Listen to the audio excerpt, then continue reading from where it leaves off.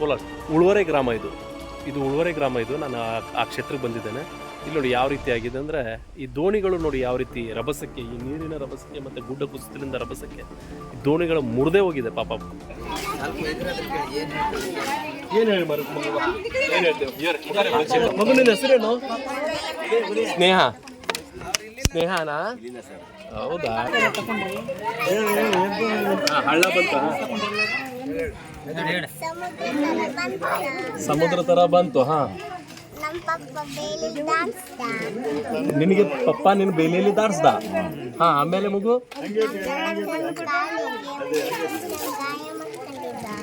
ನಿಮ್ಮ ಯಾರು ಗಾಯವಾಗಿದೆ? ಕಾಲು ಚುಚ್ಕೊಂಡು ಮೂಳು ಚುಚ್ಚಿದೆ ಯಾರಿಗೆ?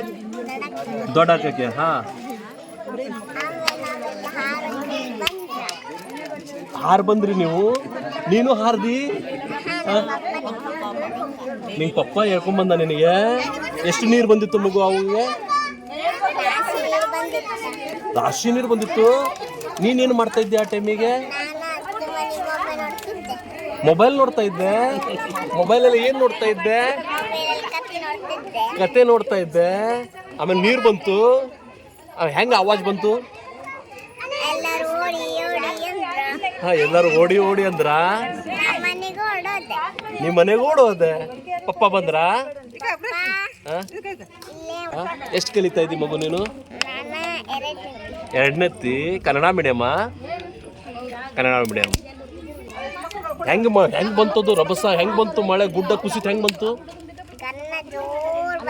ಜೋರ್ ಬಂತು. ನೀನು ಯಾವಾಗ ನಾನು ನೋಡಿದ್ದಿ ಹಿಂಗೆ?